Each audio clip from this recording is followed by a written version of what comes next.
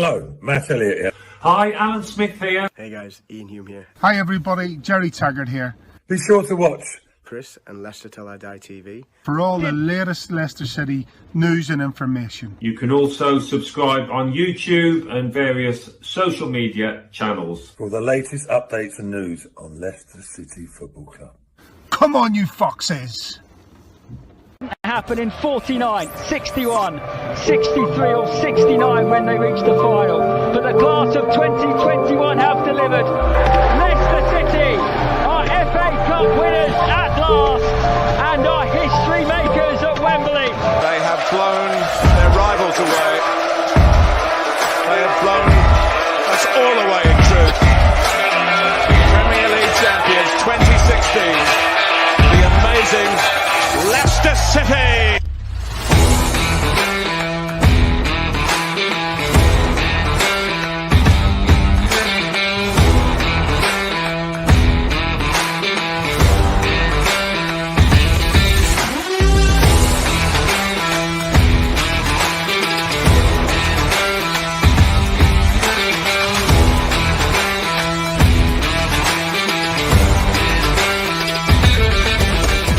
Till I Die TV, your first choice for everything Leicester City. Tune in and join in now.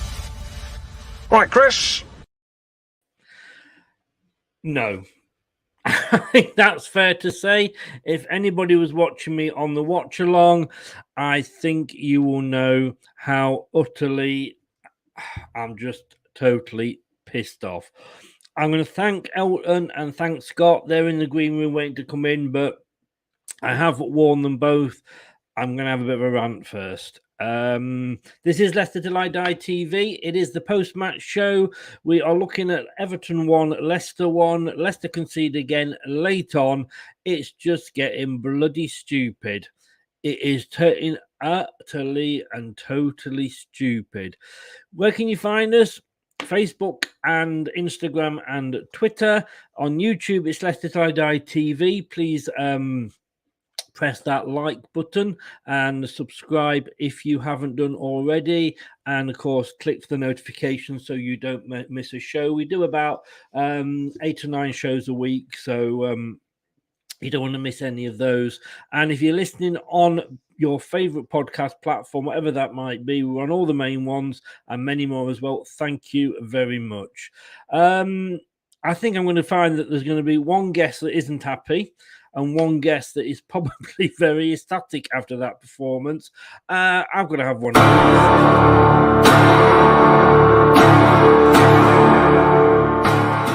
Don't make me angry. You wouldn't like me when I'm angry. You know, we've struggled this season. We have had a lot of injuries, 23 odd injuries. 9 defenders have been injured at some point. The new signings have been injured. Fofana was out for the whole season. And, you know, kind of get that. I'll give the players that. And then the players start to get recovered. They start to come back and suddenly think maybe we can just have a good end to the season. And then we go and fuck it up. We fucked it up against Newcastle. We fucked it up against Everton tonight. And in the past, we fucked it up against Tottenham and we fucked it up against West Ham. And I could go on and on and on. For those of you that are not as old as me, you may or may not remember, we used to have a manager called Martin O'Neill. And you know what? He would be in that dressing room now chewing their balls off. Because his attitude was, you play to the final whistle. This bunch, and I can't blame Brendan for this. I think it's the players' mentality. They are playing like pansies. You know, 90 minutes. Yeah, that's how long the match is, but we have stoppage time. Are you not learning anything? Are you that? And, you know, there's a joke going around about how footballers are thick. How thick do you have to be that you don't learn from your mistakes? Tottenham, 2-1 up, 94th, 95th minute, we lose 3-2. West Ham, yeah, that was Brendan. You know, he changed the defence in the 92nd minute, whatever it was, when West Ham had a corner and we've gone from winning to drawing. Newcastle, we concede in the 90th minute. Tonight, I mean, thank God, if Ricardo had made contact with Richarlison, it would have probably been a penalty anyway. It was a reckless challenge. But what? Do the players, do they know what the whistle is? They need to look at themselves. And I'm not going to go at Brendan now. I'm going to go at the players, one and every one. 90 minutes plus stoppage time. That's what a game is. Not 90 minutes and you can fuck off and get up and go for a beer or sit in your fancy house and have a glass of champagne.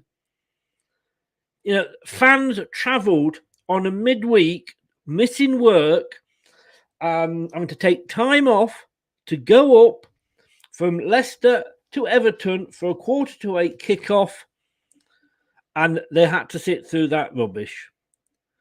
I literally was falling asleep. I wish I was doing a watch along, because I did a watch along, and I wish I'd done a watch along to the Chelsea Arsenal game, because at least that was exciting. Arsenal, they've lost 5 on a row. They turned up tonight. Maybe Brendan should make Leicester players watch a video of that, because we were just crap tonight. We scored after 5 minutes, and I said I wasn't worried about Everton. They didn't look like they were going to score. But then we didn't look like we were going to score. And you knew that if they'd have got a goal, which they did, but had they got it at the 70th minute, 75th minute, we weren't going to come back because we didn't look like scoring. As usual, we're passing and farting about at the back. And that's all we do. You look at the stats and we've got a fancy, we've got 300, 400 odd passes. It's fucking passing it about at the back, which we're back to doing again. The BBC said Everton could not turn successive home victories into a third. But after a poor first half, this will feel as good as a win. It feels as bad as a fucking loss to me. This is Leicester Till I Die TV. Watch us on YouTube. Listen on your favourite podcast platform. Or ask your smart speaker to play the podcast Leicester Till I Die. Subscribe, like, follow, and join in now. Broadcasting live worldwide.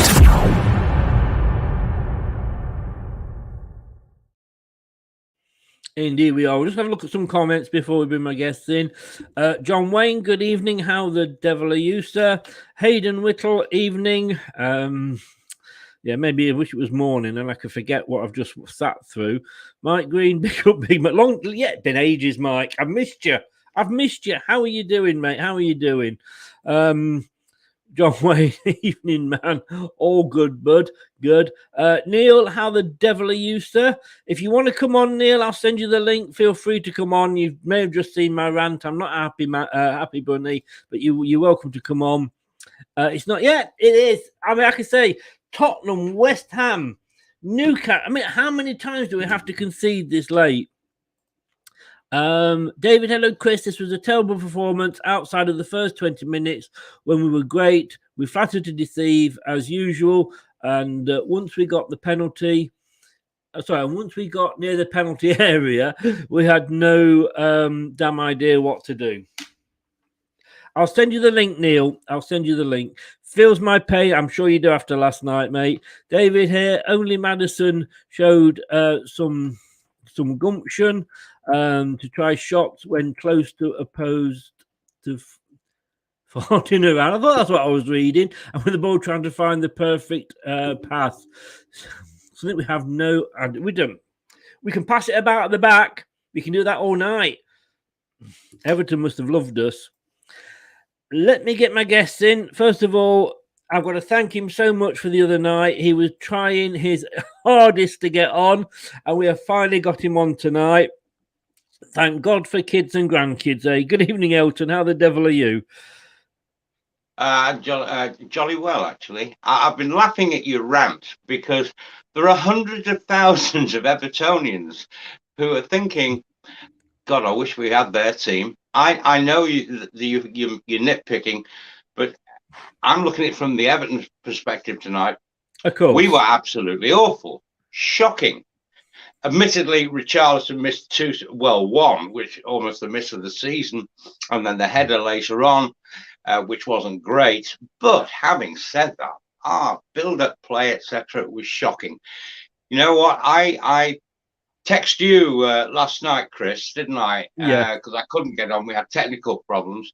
And I said 7 of your team would walk into ours. Now, at the end of the match tonight, I tweeted again the same thing to all my followers, that last night, and there are many witnesses, that I said 7 of Leicester's team would walk into ours. I've changed my mind. It's 9 or 10. Really? We weren't that good. We were shocking. You are, I think, you be careful sometimes what you wish for. Yes. Because I think you've got a very, very good side. I really do. Yes, they might have shown a little bit of an experience towards the end. And the first 20 minutes, you were outstanding. I thought you were going to batter us up, completely batter us. Yeah. But I think you've got a very good side. Barnes, Maddison, Fofana, and Evans at the back.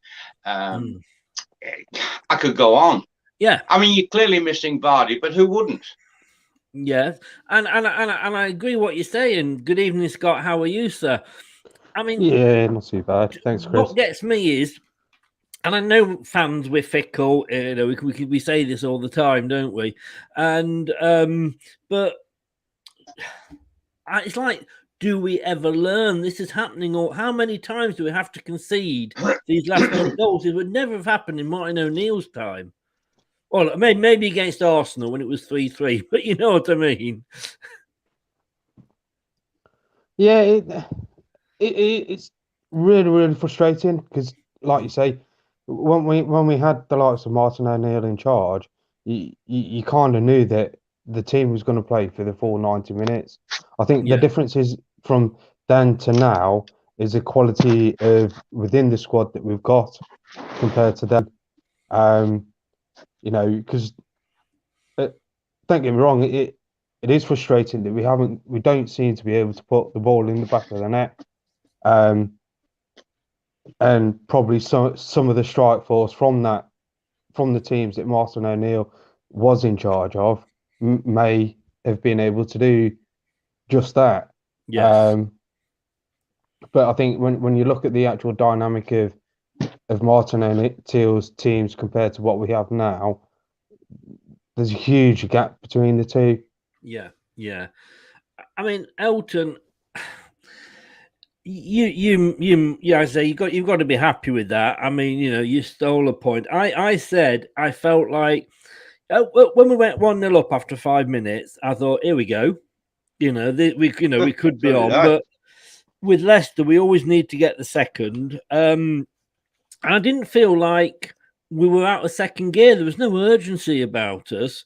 But I must admit, and I've had that rant about Leicester, and if it was a one-off, I would understand it, but it's not. I said this is the 4th, 5th time we've lost in the 90th plus minute. Yeah, well, obviously, Chris, as I mentioned to you yesterday on the phone, obviously, I watched your game against Newcastle, and I couldn't believe that you lost the game.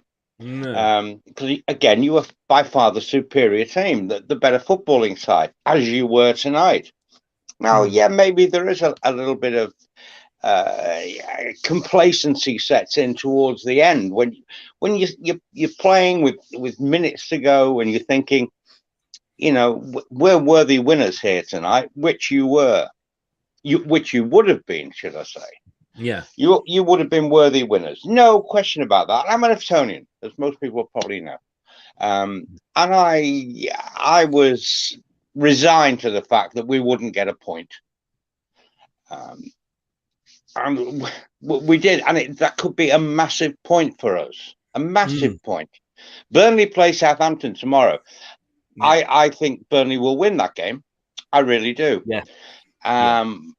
So had we not got that point tonight, we would have been in the bottom 3 if Burnley take 3 points from Southampton tomorrow.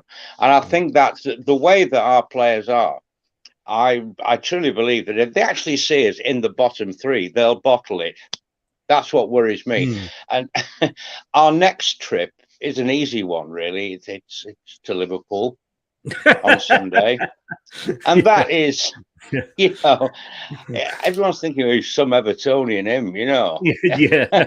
But I'm telling you, we will get a stuffing like no other on Sunday. I'm not even sure I'm going to watch it. The only thing is that we those of us who are watching it at home, who are the spaces, Chris, that you know I go on every now and again on Twitter. We've had a little pact that what we'll do is we'll watch the derby with the volume off on the television, and we'll just natter between ourselves on a Twitter space. You know, saying things like, "Oh, for fuck's sake, did you see that?" You know, that just to give it a little bit of gallows humor, a little bit of fun. This is what I like about I don't want Martin Tyler shouting at me that Everton are shit and Liverpool are fantastic. I don't want to hear that. I know that.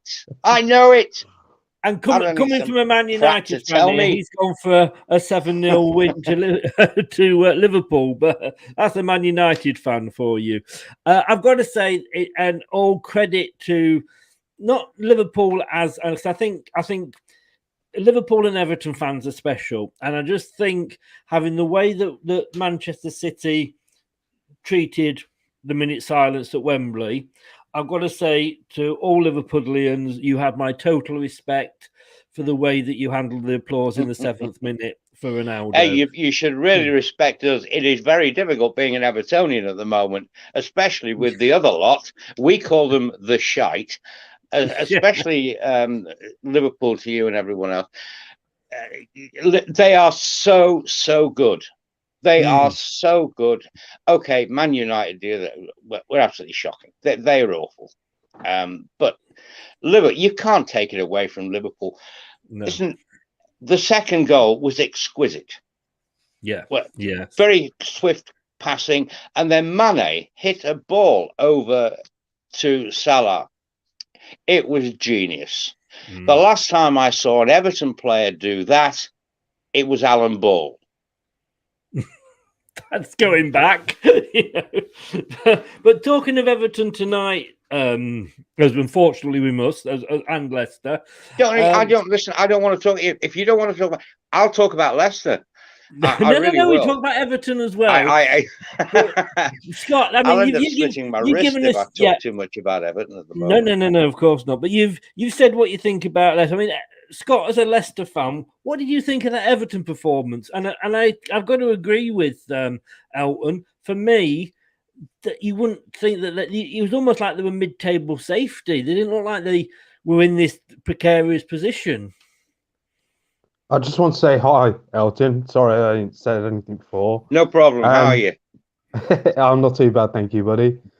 To be fair, like you say, Everton tonight, they're just all right. The first 20 minutes or so, they were quiet and things like that. But once they got into the game, we didn't get into the game.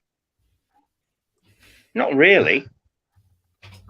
There's no creative, cohesive passing movements. You know, your boys knocking it around. You know, I thought Maddison had a terrific game for the main. You know, when he's on song, he's a special player. We've got nobody. We haven't got, if you like, a number 10 worthy of the name. If you want me to slag off Everton, I will, and I'll slag it off not just on Leicester till I die. I'll go on an Everton podcast, which I will be doing later, and I'll slag it off again because they deserve it. I mean, hey, young man, they are shit. No, I recognise that. Neel, good evening, sir. Welcome along from Beyond the 90, a fellow Leicester channel, a great channel. Get over there and give it a subscribe and a like. We really do like that channel. I was watching you have a bit of a nervous breakdown like I did at the start of the programme before.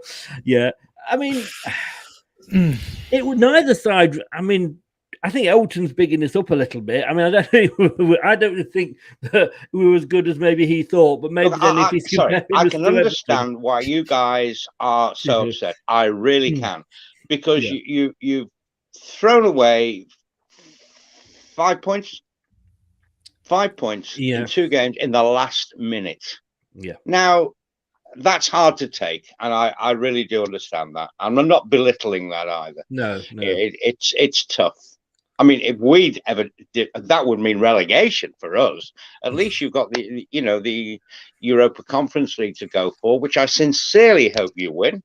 Thank you. Thank you. Because that will be the league title, the FA Cup, and then a European trophy. We've got to go. Although not the biggest European trophy, I accept that, but it's still a European trophy. Baby steps, Elton. Good Baby luck to steps. you. Thank you, Elton. I wish we had your owners. Well, I really everybody does. You're not having them. Neel, give me your perspective on the match. I mean, to me, it was almost like I say, an end of season. Because we've got all these passes. I mean, if I look at the pass rate, I mean, we had 511 passes to 254 of Everton's. But I mean, ours, we know that was most of those were between the back four. Yeah, and the thing is, I don't mind passing along the back four if there's an idea of, right, we're going to build from this. We're going to go through the middle and we're going to challenge and sure. There's certain players that KDH had a good game. But apart from that, there's certain players in certain positions you're going, why aren't we going and we're performing at a higher level? And do you know what? So do you know what? We'll have to just get on with this because I've got this all out of my system a little bit, but we played well, and the fact is, Everton, as we were saying, were there for the taking. We just didn't take it, and part of it was if we would gone out, and I don't mind drawing the game if Everton threw everything, we're throwing bodies in the line, and you could tell that it was quite easy for Everton. They were coming through our midfield really quite easily, running into our defence, and I thought this issue was in the last game because we rotated so many players. We thought once these players are back, then we'll have the old Fofana, the old Johnny Evans, the old Ricardo, the old Castagna back. You can't say that. There isn't really an excuse, and that's the weird thing. The excuse last time was, we said it on Sunday where we went, right, okay, we understand that these players have played on Thursday, no problem. We're throwing it away last minute. It's not going to happen again. And it's happened exactly the same thing with a better team against, I argue, a worse opponent, which is just unnecessary. So we were just talking about on our channel about rebuilding the summer because that's the only positive there is to take about it at the moment because the mentality, everything else is in place. The quality of squad we have. And there was a time where we didn't have this quality of squad. The players that are there, the manager that's there, but I'm not blaming the manager. I don't think it was the manager's real fault. I mean, we could blame the Amarty Mendy thing potentially, but that's about it. I think the manager got everything pretty much spot on. But it's the players that need to take responsibility for this loss, and it's just not good enough. Definitely. Dan is a Burnley fan. He did the watch along with me. He's crying into his Horlicks because obviously he wanted a Leicester win to keep him in it. Dan, you say you've never seen Tate that look so good. I thought you were more of an S Club 7 man. Yeah, and he's going to kill me for that. He's going to kill me for that.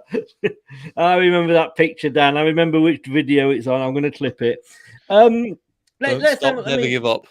That's what you're going to think. Everton. If you don't want to go down, you have to keep it moving. Reach the top. He's never seen a dream come true though. That's his trouble. Elton. Oh, he's gone. He's had enough. He's had enough. He's like Leicester. The mentality is gone. He's gone. Yes, it's the 90th minute. He's off. Yeah, he's off. I mean, I said when I was doing the watch along, and I said to Dan, I said, if we score now, Scott, I can't see us getting a second one. Yeah, that's what's been the frustrating thing the last couple of games. The end product at the end of the day is just shocking. We seem to be trying to walk the ball in to the 6-yard box and hoping that someone will put it into the back of the net, and it seems to be going anywhere other than the back of the net. And don't get me wrong, some of the build-up play sometimes as well. I know Brad said it a couple of times on some of the other streams. Especially down the left-hand side, you can almost predict where the ball's going to go in regards to Harvey Barnes, back to, if it's Castagna, Luke Thomas, whoever it is, and then it seems to just roll across our back four to then go back again. and that's frustrating as fans to watch. Elton, I mean, I as a Leicester fan, and I get it's everything sort of, you got to keep everything in perspective and what have you, and it's all relative. And we sit here as Leicester fans bemoaning, all the injuries we've had and the bad season we've had. We've obviously not suffered like you have, and he's gone. He doesn't want to talk to me, does he? He does not want to talk to me. He's jealous of our owners. Yes, he is. This is true. He's a great guy. He does have a lot of problems with his internet, though. But Neel, I mean, he's back. Hang on, let's see if we've got him back. And he's back. And he's back. I just had to tweet there, Chris.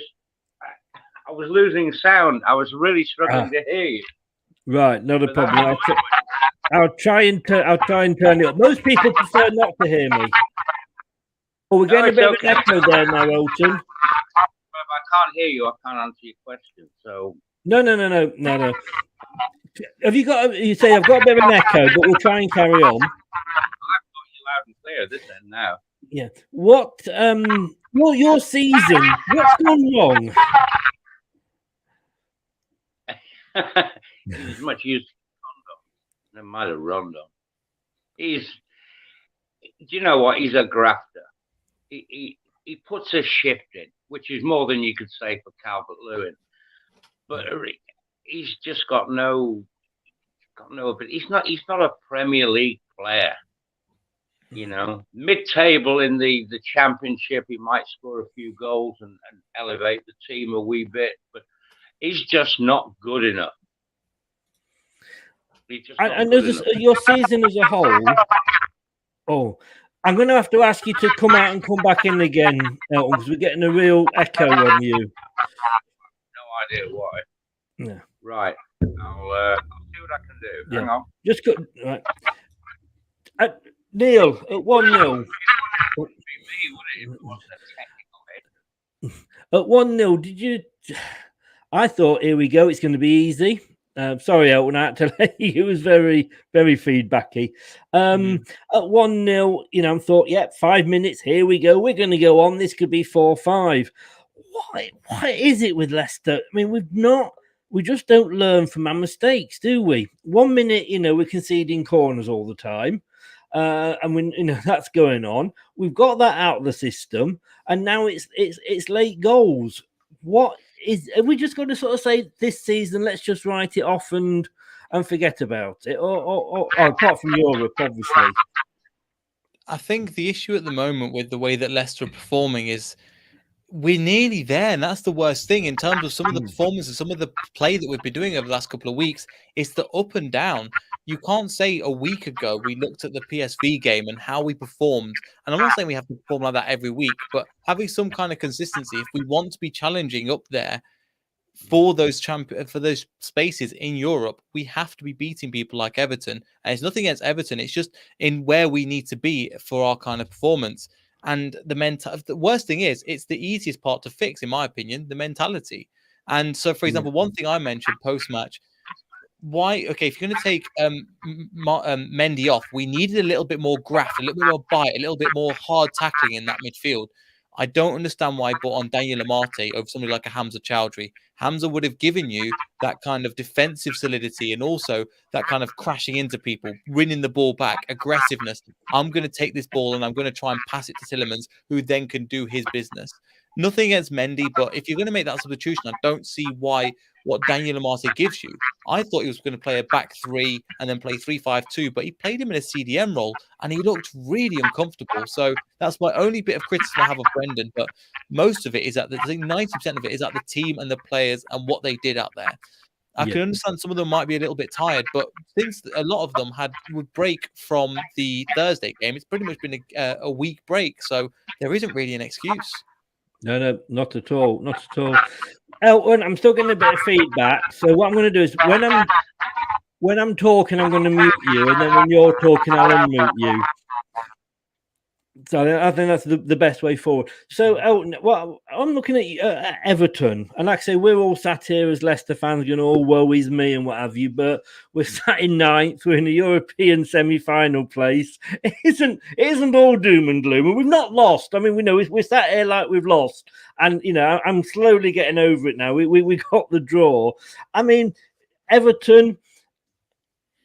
It's just, I mean, it's not just this season. This has been coming for a few seasons, hasn't it? It's because I'm sort of repeating, Roy Keane and his criticism of Manchester United the other night. Our recruitment has been shambolic. We've spent £500 million since Mashiri came in on players, and you can't say any of them have been a success. It's terrible. The recruitment's been shocking. I mean, we got Steve Walsh from you, didn't we? Yeah. And I think his claim to fame basically was buying Jamie Vardy for £750,000. Am I right? I think, yeah, something like that. $1 million, I think he was, yeah.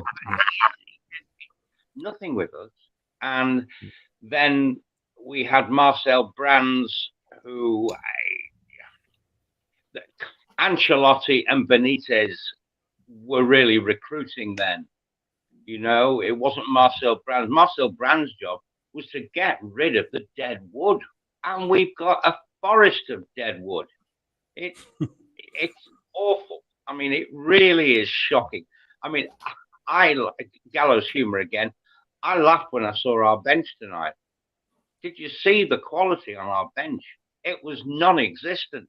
It's non-existent in the 11 that started, by the way. But on the bench, it was a joke. Holgate, Keane, Kenny, good God. Ali, I'm glad to see. It's a positive tonight. Was Dele Alli coming out? He didn't set the place alight by any stretch, but he had a hand in the goal. His persistence at the right and a good ball in, which was laid back to Richarlison, who scuffed his shot, having had two chances to score earlier. Who scuffed his shot, and he took a little nick off one of your lads' boots and went in the corner. But I was kind of pleased that Dele Alli could come off the pitch for once since he joined us on transfer deadline day, back of January, that he can come off the pitch and say, well, I contributed. Because he hasn't up to now. Yeah. Scott, I mean... We are sat here, and I'm sat here all doom and gloom, and I suppose it is expectations. The better we do as a club, the more we expect, and with fans, we do sort of want to run before we can walk.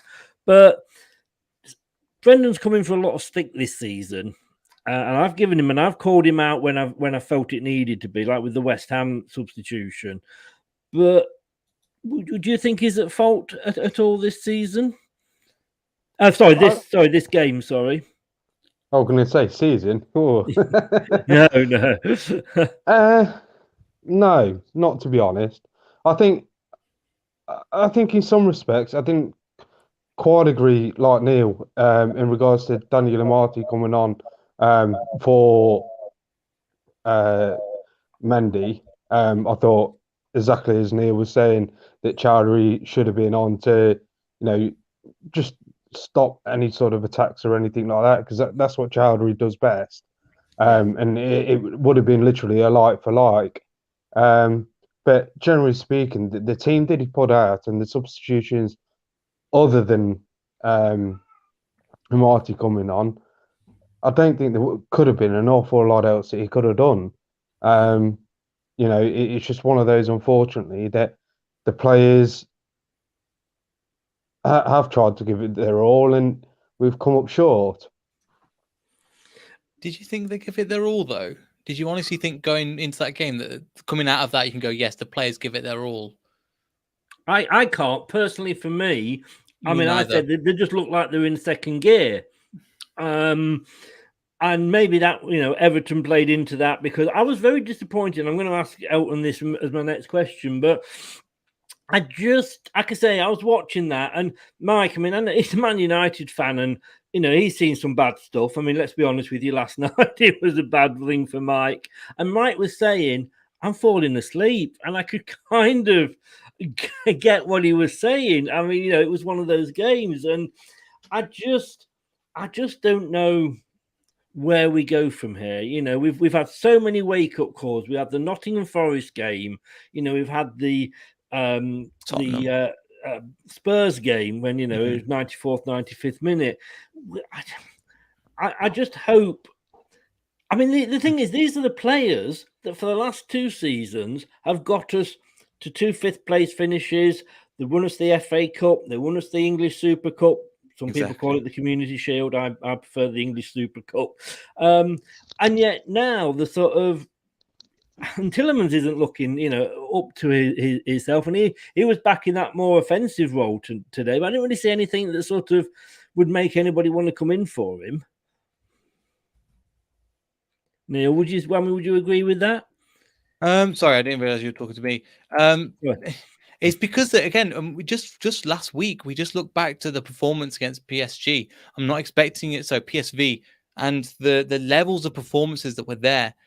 We know this team has played very good football, and it's about, again, there is a little bit of there's the hope that kills you, but it's not just the hope; it's the way we've gone about playing the game. I mean, you were saying a couple of results. I mean, somebody just put something out where you look at like the likes of the West Ham game. Obviously, today's game, the Brighton game we lost in last minute equaliser, the Liverpool Carabao Cup game. Yeah, yes. Do you see what I mean? So it's not something that's if it's a one-off, and I could even count the Newcastle game as a one-off. But there's all something. I would say, Neel. Sorry, all I would say, don't apply to work at the Samaritans. You're not making me feel any better. Well, the thing is, what it is. It's just being realistic, and we've had discussion. We've disagreed in the past, Chris, and that's fine. But we can have like decent discussion around it. But I think in terms of there's positive to take, the players are coming back from injury. We just have to kind of.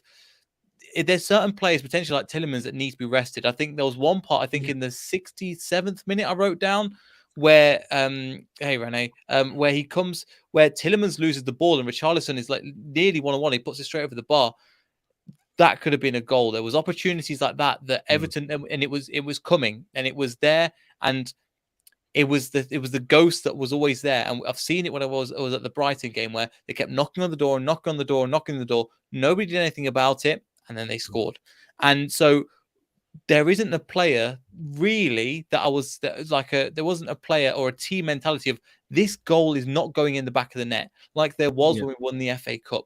Where we're like, no, this ball is not going in the back of the net, and that group mentality and that leader mentality isn't there at the moment.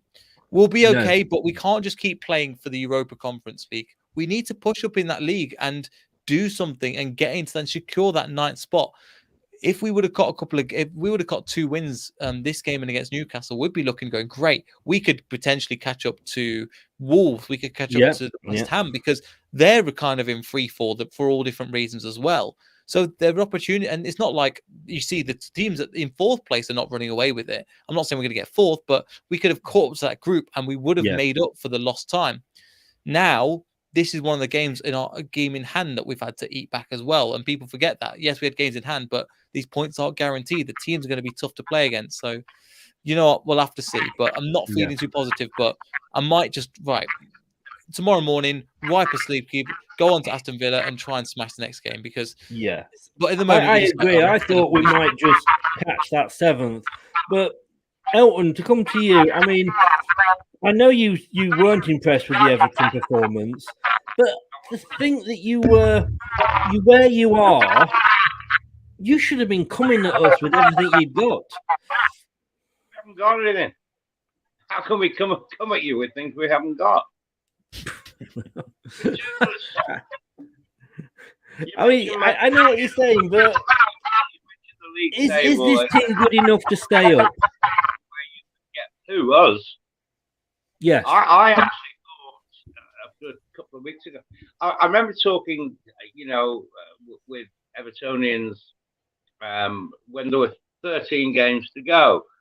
I was saying, hey, we'll be all right. Now, whether that's letting my heart rule my head, I don't know. Maybe it's because the year Everton were last relegated was the year I was born, and I'm an old fucker. So, I've known nothing but success and survival with Everton. Never seen them go down. So maybe that's my wishful thinking, in other words. But having said that, the way we played tonight, the chips are down.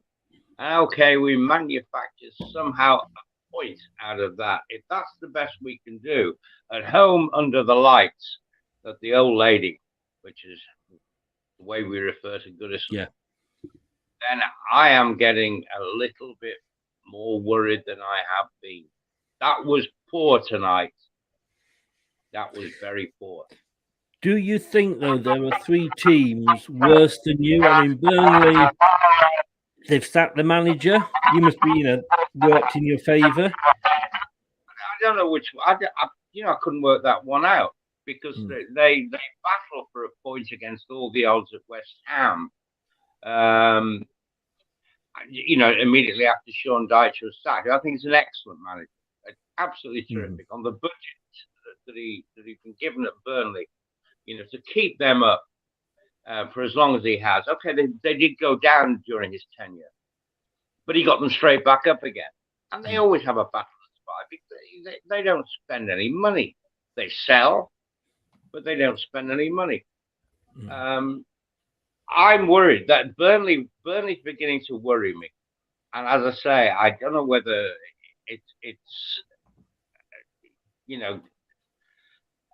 just being pessimistic with my Everton hat on, but I think Burnley will beat Southampton tomorrow. Now that puts us even closer to that bottom 3. Yeah. If that happens, God, I hope they don't. I hope Southampton go and wipe them off the face of Turf Moor, but. I've just got a funny feeling that they won't, and Burnley will win that. Indeed. You mentioned where you could push to, where you think you should be. Manchester United are in 6th place. Now, I've seen both their visits to Merseyside. How on earth they're 6th? And what does that say for the 14 below them? They are awful. They have no spirit. The club, there's a cancer in that club that they can't get rid of. I think his name's Pogba, and I'm pretty sure he will go.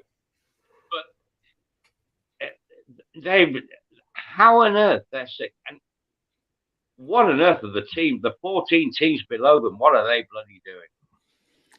Because I agree totally. More spirit, more cohesion, whatever you want to call it. The Manchester United, they want fucking shooting. Don't hold back, Elton. Come out and say what you think. But moving on. But I'll just mute you again and come back to you. And that's not because of what you said.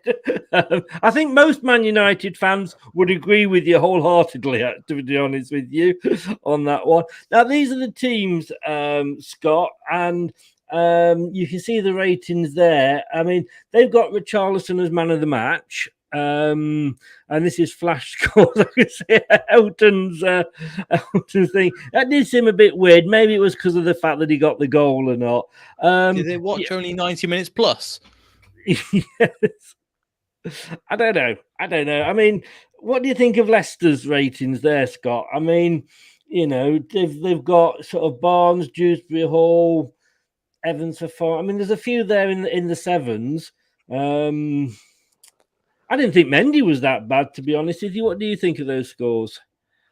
I think they're a bit low in some areas. I think some of the players themselves haven't performed to the manner in which we probably expect them to do.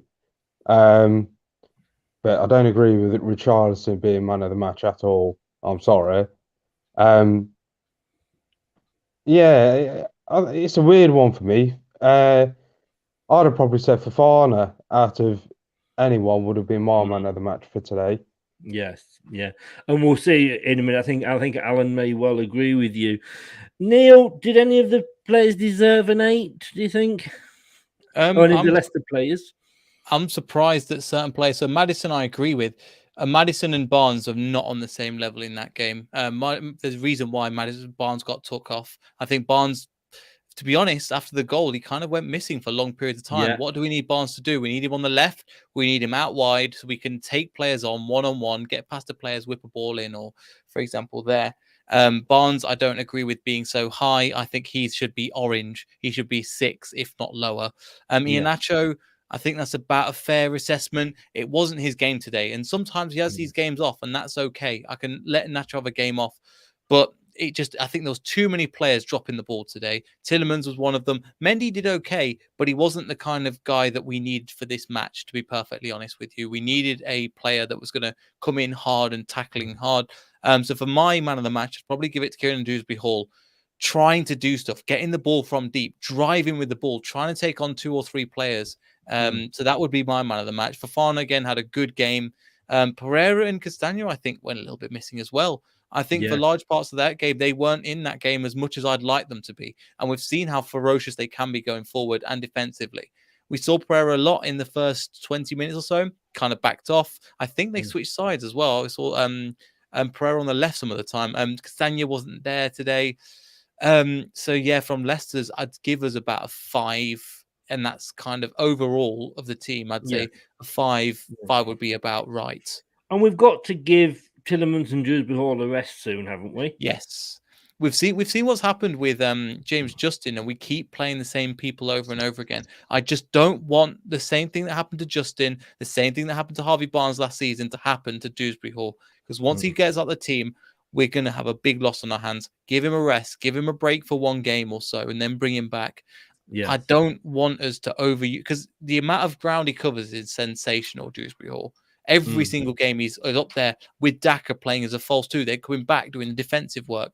And I just don't want a young player's career to be ruined because we keep playing him too much. And let's be honest, that's one of the things that Brendan has done. He's overplayed players when he sometimes doesn't have to as well. So I'm just hoping that they get a break at times. Changing 8 players was great, but I think the midfield, and Maddison could be another one as well. He's running a lot more than I've seen him run before, which is great to see. But these young players need to have that break, don't they? 100%. They really do. I mean, I saw your face then, Elton, when we said that Richarlison was Flash Scores man of the match. You obviously don't agree with it.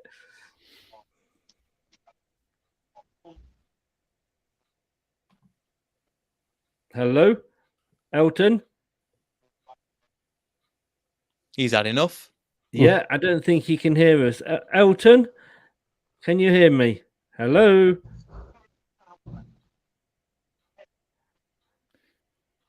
That was my reaction when I was at full time trying to breathe through it, because I was like, oh my God. I don't know. It's not. I've got him off microphone, and it's not reverbing like it was before. But I don't know whether Elton can hear us or not. Can you hear us, Elton? Can you hear us, Elton, at all? Very, very faintly. I realised what the interference was. It was my watch, and I managed to I found the volume on my watch and turned it down. Which means that means I can't hear you very well now. Oh, right. I saw your face. Speak up and ask the question. Yeah, I saw your face when I said Richarlison was Flash Scores man of the match. You obviously didn't agree with that at all. Oh, good heavens, no. Good Lord. I mean, the boy, he's a workaholic, but it just didn't. It wasn't happening for him today. But he did keep going after 2. I mean, the one in the first half, good heavens above. My grandson could have scored that. That one, but he kept going. I mean, some strikers, that happens. You don't see them again.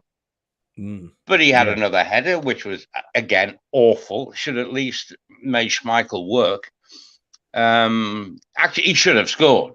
But at the very least, he should have forced Schmeichel to make a save.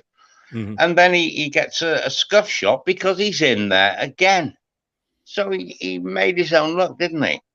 He had luck in the goal that he scored. Yeah. But it wasn't a man of the match performance. Good God. well, if we look on the BBC, because they have a thing on their site where people can go on and sort of score, they've actually got Harvey Barnes as their man of the match, which I feel is well. I mean, who's adjudicated this? Well, it's the fans that are voting for it. I can't hear you, Chris. So it's the fans that are voting for it. So Leicester fans would have been voting for Leicester, and Everton fans would have been the voting. Leicester fans. The Leicester fans would have voted man of the match. No. Man of the match. The Richarlison man of the match was Flash Scores, who's on the screen. The BBC one, Everton fans vote for Everton, and Leicester fans vote for the Leicester ones. Right, that's the way Everton, the guy, the player that got the most points for Everton was Dele Alli at 5.39. I don't think there was an outstanding performer on the pitch. The way that Thiago was for Liverpool, last night, he was just outstanding. But the reason was United just let him play. They didn't get after him. The only person who got after him was that young lad with the hair, Hannibal. When he came on, he was like a man possessed. He was. I just want some of his hair. Difficult to actually pick out a man of the match for him today, because it was. I'd say I thought your team play, without any one player being outstanding, was very, very good. But I'm judging it by Everton, and all you've got to do is put 4 passes together, and it's 3 more than we can. So, maybe you've seen much better from Leicester. I haven't seen much better from Everton, that's for certain. Yeah. So I'm kind of biased, and I enjoy watching good football, which I'm starved as an Evertonian. And I admire the way you play. Neil, and I'm not just saying that because I'm on Leicester till I die. It's not at all. I'm not diplomatic. I've learned that much. Neil, you pulled a face when we said Harvey Barnes was the BBC Leicester man of the match. Yeah, what on earth was going on there? What match were they watching? If you watch the first, probably the same match as the people that were watching probably that voted Richarlison man of the match. There wasn't really a man of the match performance that performed over 90 minutes from either team, to be perfectly honest with you, because of everything just kept changing hands a lot of the time. So there wasn't, I'd feel bad giving man of the match because there wasn't anybody that really shone. At times, I saw Coleman shining. At times, Gordon was shining, but they didn't perform it over 90 minutes to really give a man of the match performance. And that's the same for Leicester. Harvey Barnes got a goal, sure, but after the goal, can you really tell me something that he actually did? No. Dewsbury Hall did a lot more constant work over the 90 minutes than Harvey Barnes did. And it's good to see him 7.1 compared to 7.2. But Maddison was another good performer for the majority of the time. But it's I'm looking at it going, this is just not. There's no looking for this is a bit like putting a lipstick on a pig and going, well, which one? Yeah, they're all pigs. Let's be honest. So it's not. There's what are we? I like that one down if I can, Neil. I'll use that one. Scott. I've never seen a man of the match get the man of the match with a 7.2. It's one of them though, ain't it? At the end of the day, like Neil was saying, that individually there was some good performances from players, but in the same context, from both sides, there were so many mistakes that was happening all over the pitch that no one really stood out. Dewsbury Hall, yes, he had a good game, but he still, had areas in where he lost ball and things like that. So, yeah, I can understand where everyone's coming from on that one, to be honest. James, as an Everton fan, James in the chat there, what were your thoughts? Was it a fair result? Did Leicester get robbed? Did we throw it away? Let us know again from another Everton perspective. And he does say, should we give man of the match to the referee then? Maybe not. No. Guys, those of you that know regularly, they'll know I have a blogger for me called Alan, and after every game, as he walks out the stadium, he texts to me, he rates the team, he rates the performance, and he picks a man of the match for me. And this is from a Leicester point of view, Elton, but obviously, give your thoughts on this as well. But what he's done is he's gone here, he's given man of the match for Leicester, this is Wesley Fofana, and he gave the team a 6, and he gave the manager a 4. And I must admit, I thought that was quite low for Brendan. As an outsider, would you agree, Elton? Sorry, would you agree that Rodgers was only worth a 4 out of 10? No, bollocks. I wouldn't argue. I wouldn't argue with Fofana. I think he's a terrific kid. You got him from St. Etienne, didn't you? Was it? That's right. Yes. Yeah. Yeah, I think he's a kid. He's a baby in the Premier League. I think he's going to be a fantastic player for you. Probably for somebody else. Yeah, because you probably end up having to sell him. True there. I think he's class. Yeah, I really do. He totally is. Neel, 4 for the manager, 6 for the team. I thought that was a bit harsh, personally. I think 6 for the manager, 5 for the team.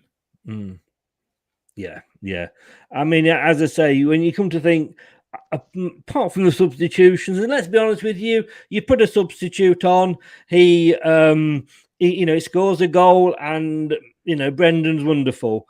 He puts a substitute on as against West Ham, and he gets idiots like me calling him a bell end. So it's a lose-lose situation, isn't it? And Scott, finally, your thoughts on the 4 and the 6. I disagree with Alan. I think Brendan should have got a 6 quite comfortably. Players, yeah, I'll probably go with the 5 as well. But man of the match, can't really give one. There wasn't an individual performance that really stood out. No. Elton, I'm going to ask you this, and we'll end on this one with yourself. Everton sat in 17th, 31 games played, and 29 points on the board. Burnley 31, they'll have played 32 tomorrow, one place below you in 18th with 25 points on the board. You're both minus 19 goal difference. Is it going to go down to the last game, do you think? Is it going to be one of those? I hope it doesn't go to the last game of the season. I really don't, because we're away to Arsenal. I don't think it will. I'm not too au fait with gold. We gone. I'm not too au fait with Burnley's running. Ours is very different. I mean, we've got to go to Liverpool. Forget that. We've got Chelsea at home. They are a little bit hot and cold, but having said that, any team that plays possession football against us and succeeds in the possession side of it, against our back four, will score goals. So we've got to score, and we've kind of forgotten how to do that. Except against Leicester. It's going to be really tight, much tighter than I thought it was going to be a few weeks ago. It's people look at it. If you go down, Elton, Tony's looking at it and say, "Oh well, we're guaranteed 3 points against Brentford." Really? Oh yeah, is that the same Brentford that won 4-1 at Stamford Bridge? Yeah, exactly. But if you do go down, it's Elton, so uncertain. I know what I want, but I look at the way we played tonight. And I look at the remaining fixtures, and I struggle to see where the points are coming from. I do. If you go down, would that be the worst thing for you, or would it be an opportunity to clear the deadwood out? I think that's a load of tosh. That it's then rebuild, etc., etc. the Championship is very, very difficult to get out of.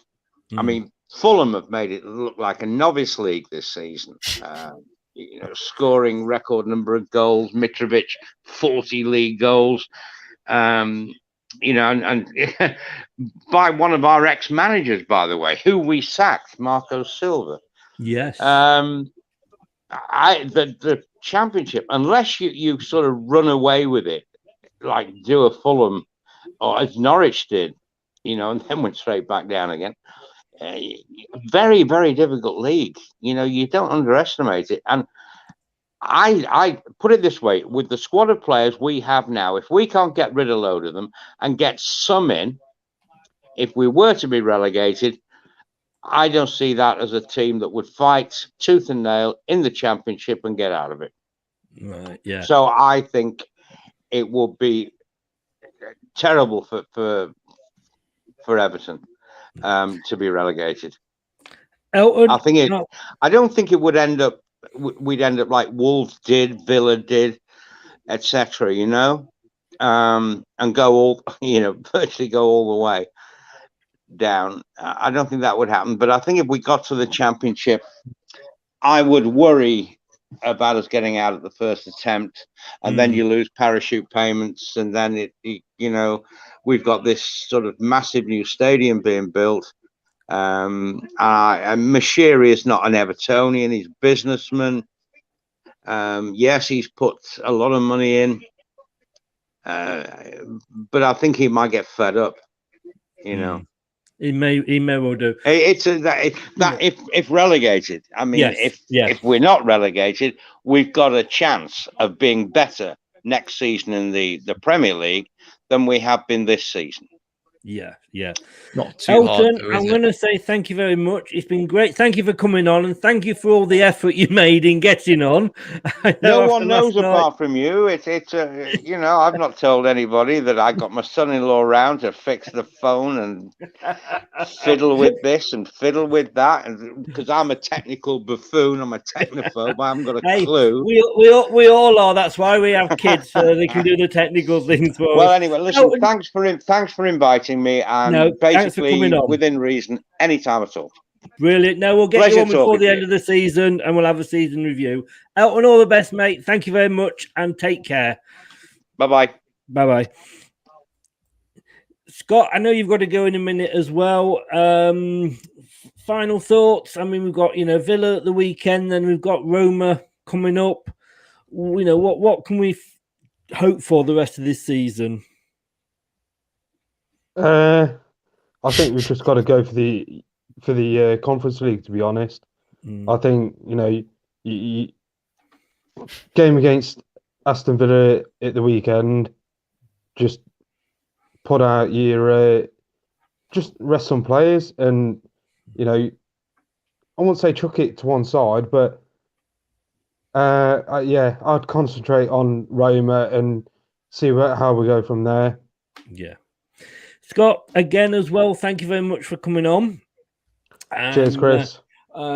Fingers crossed for Roma, and I think that's where sort of most of our eggs are going to go. Take care, Scott. Thanks very much, mate, for coming on. Thanks, bye. Cheers. Bye-bye. Neel, you were very, very critical on that, and I didn't think I was going to get that Elton would let me get a word in long enough to say goodbye. It's like one of those, where like you say goodbye, no, you say goodbye, no, you say goodbye. Yeah. You hang up. Yeah, exactly.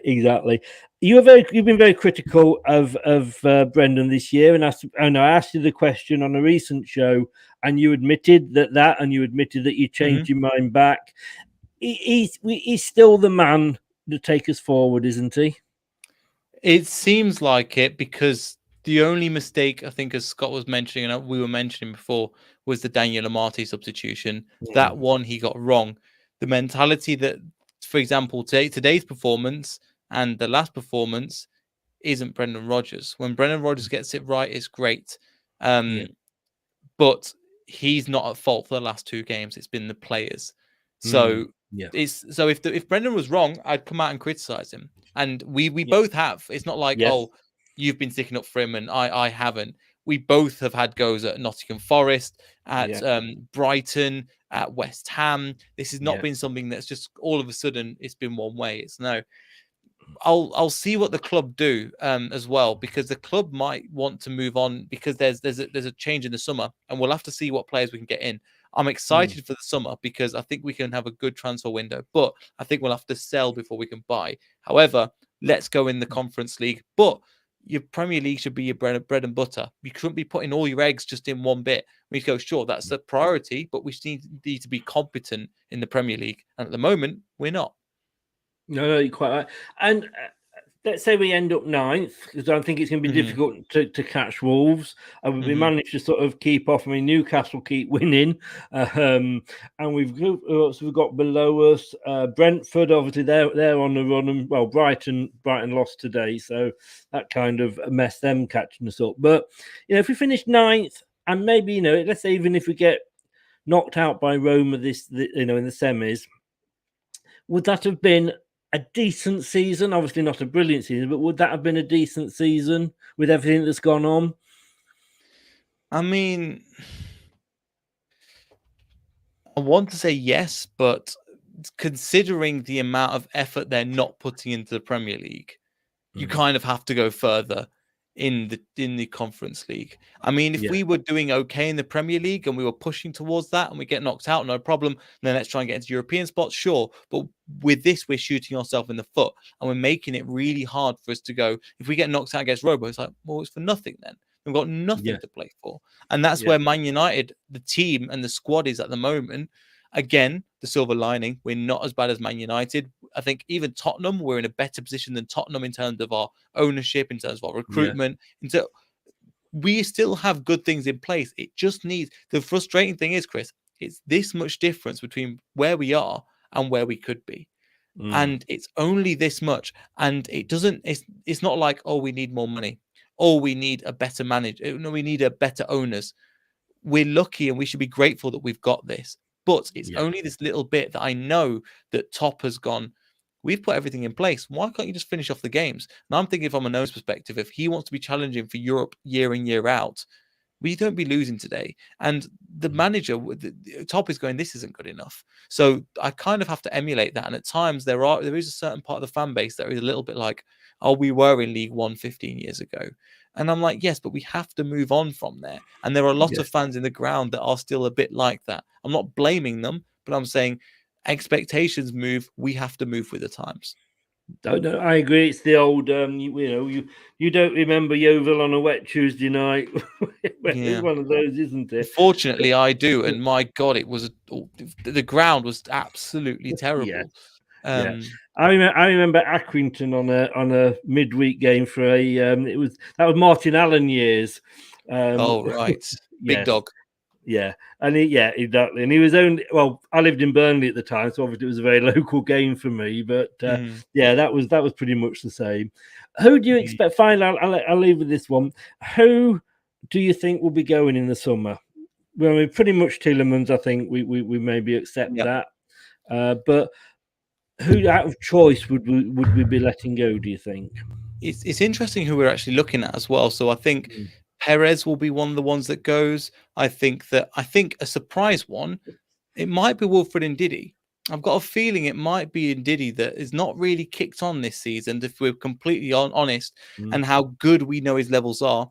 I don't know if it's because of injuries, or because of mentality and his head's been turned. I don't think Ndidi will. And you look at the players we've brought in Samore, KDH, we've got Mendy there and Chowdhury. I could see potentially him moving on. Soyuncu would be another one as well. Potentially somebody like Hamza Chowdhury could be another one. So we will have to sell before we can buy. However, from the recent lookings at John Percy has put out and some of the transfer targets that we are genuinely interested and genuinely serious that we've had contact with, they would be the players that would move on. I'm hoping Iheanacho doesn't go. I really like Iheanacho. He has off games, but when he gives us something different, we can't, Daka's very much in the Vardy mould, and you sometimes need something different. Interesting thing you said about with Ndidi going.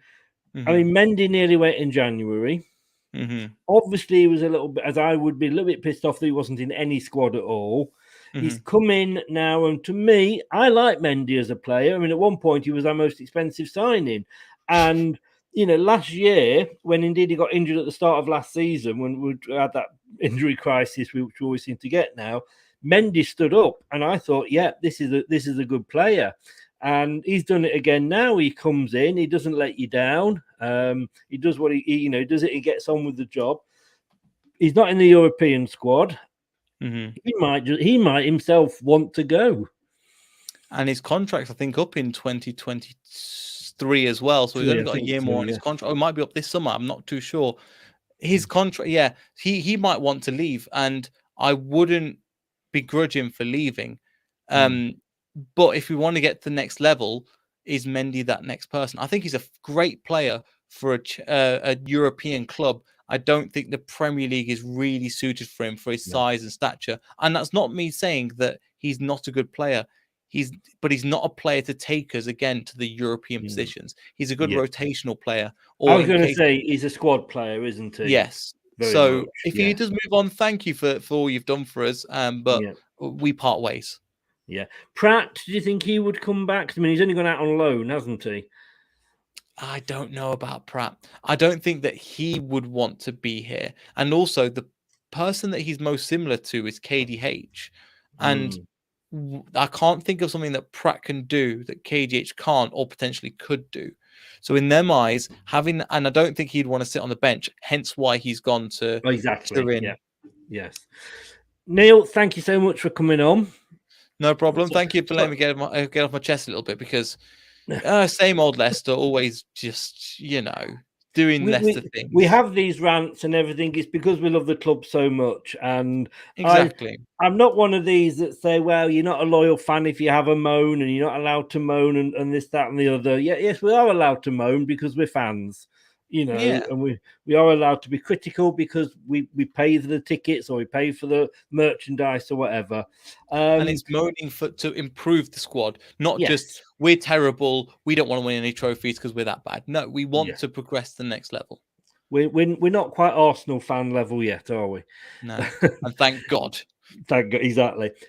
You got a great channel yourself. Just shout out where people can find you on the socials and the internet.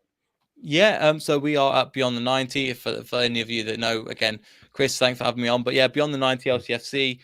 You can find us on Facebook, YouTube, Twitter, all that kind of stuff. But thanks for having me on, Chris, again. I appreciate it. I know Brad's not here, so hopefully I did a little bit of a better job. Yeah, no, brilliant. Thanks for coming in. Apologies with all the noise problems and everything. It wasn't your fault. Bless him. That's the disadvantage of going live as well. Yeah, brilliant. Great, mate. All the best. Stay safe, and fingers crossed for Villa. Take care. Let's hope for 3 points, but how many times will we keep saying that one? Well, all season. See you later. This is Leicester. It's a roller coaster. Take care, mate. All the best. See you later. Thanks. Bye-bye. Thanks to Neel for coming on there. Do get over, support him. It's a great channel. Him and Ant on Beyond the 90. Fantastic channel. Just the last few comments here. James isn't happy with the board. I think you'd have Elton on. Elton's a great. I mean, I struggled to get a word in, which is not like me. But he said the other day, "Here's my telephone number. If you ever want to talk football, just ring me up because we can talk football for the whole afternoon." And I might just do that one day. James said 9th would be okay season for you guys. Yes, I know your standards are higher than that, but with what's been happening this season, it's more. Yeah, it is. And to be honest with you, mate, as critical as we are, and we do these shows straight after, we've got blue tinted glasses on, both of us, for our teams. You sometimes have to take a step back and go, 5th place we've had 5th place for 2 seasons running. This happens to be the season, and even Fergie had these seasons at Man United where he didn't win anything. He just rebuilt and came back. And let's say I want Brendan to stay. I don't think they would say. Who would we get? And please don't say Potter. Who would we get if we got rid of him that could do just as good a job? It's a process he's doing. for all the Arsenal fans. And I think if we get rid of him too soon, we're just starting that process again. How much would you pay for Lookman from Leipzig, or would you rather go for someone better than him in the summer? James, you know what? We had Under last year, and when he started the first few games for us, we thought, well, I thought, yeah, this looks, he looks a good player. And then he didn't really offer anything at all. And he had flashes, so we didn't extend the loan. Lookman, yeah, I mean, it's 15 million apparently. If we can get him for 15 million, bloody hell, snap him up, definitely. Mike, thanks very much, mate. Thank you for your comments and for sticking with us in the watch along. I know you wanted to go to sleep. Quite honest with you, yeah. Yeah, I agree. I wasn't far off. I'm going to be honest with you. And David S. The thing is, whilst he's a more progressive player than Ndidi in terms of passing, he doesn't have his defensive abilities. I struggle with so many out of position players. We have Yuri, Madders. Yeah, I agree. I mean, I say some. The problem is, as a manager, you know what it's like. It's not sort of a FIFA where we can. We lost that game, but I saved it at the end. So let's at the beginning. So let's do that game again. We can't do that. When they get it right, they get it right. These managers, when they get it wrong, we all have a go at them. Guys, thank you so much for watching. Like I say, if you are on YouTube, or if you're not on YouTube, get over to YouTube, LTIDtv, and please give us a subscribe, a like, and turn on that notification bell. You will then never miss another show. And we do 7 or 8 shows a week at the moment, so roll on the summer. So if you can, and if you've been listening to us on your favorite podcast platform, again, thank you so much for doing that. Really do appreciate it. The podcast goes from strength to strength. Take care, everybody. Wasn't to be, but we didn't lose. So every cloud, as they say. We're going to be back tomorrow at 7 o'clock when I will be having an interview, a one-to-one with Winston White, ex-Leicester City player, also ex-Burnley player, and Bury, and quite a few other clubs as well. And then 9 o'clock tomorrow, it's the European semi-finals review. And it'll be myself, a Man City fan, a Liverpool fan, and a West Ham fan. Sorry, Arsenal fans. Sorry, Man United fans. You're not invited to the party on that one. Oh, you hate me, don't you? You hate me. Look, thanks to everybody in the chat. Thanks to Mike for modding as he's done. I'll take a point in the end, even though we needed 3. Take care, mate. Stephen, yep. Well, thanks very much, James. We'll see you at the next one in a couple of weeks. We'll see in the return leg at our place. And yeah. You found, yes, I did find a City fan in the end. Thank you very much. It's Ray. So Old Faithful. I will see you then. Thanks for everybody in the chat. Thanks to everybody who joined me in the watch along earlier. I'm going to be losing my voice if I carry on much longer. So I'm going to say goodbye. Thanks to everybody that joined in. Thanks to everybody who turned up. Please subscribe to the channel, Leicester Till I Die TV. And I will see you tomorrow night at 7 o'clock for the Winston White interview. See you then. Good night. Thanks for watching Leicester Till I Die. This is Chris saying goodbye and see you next time. Follow us on Facebook, Twitter and Instagram.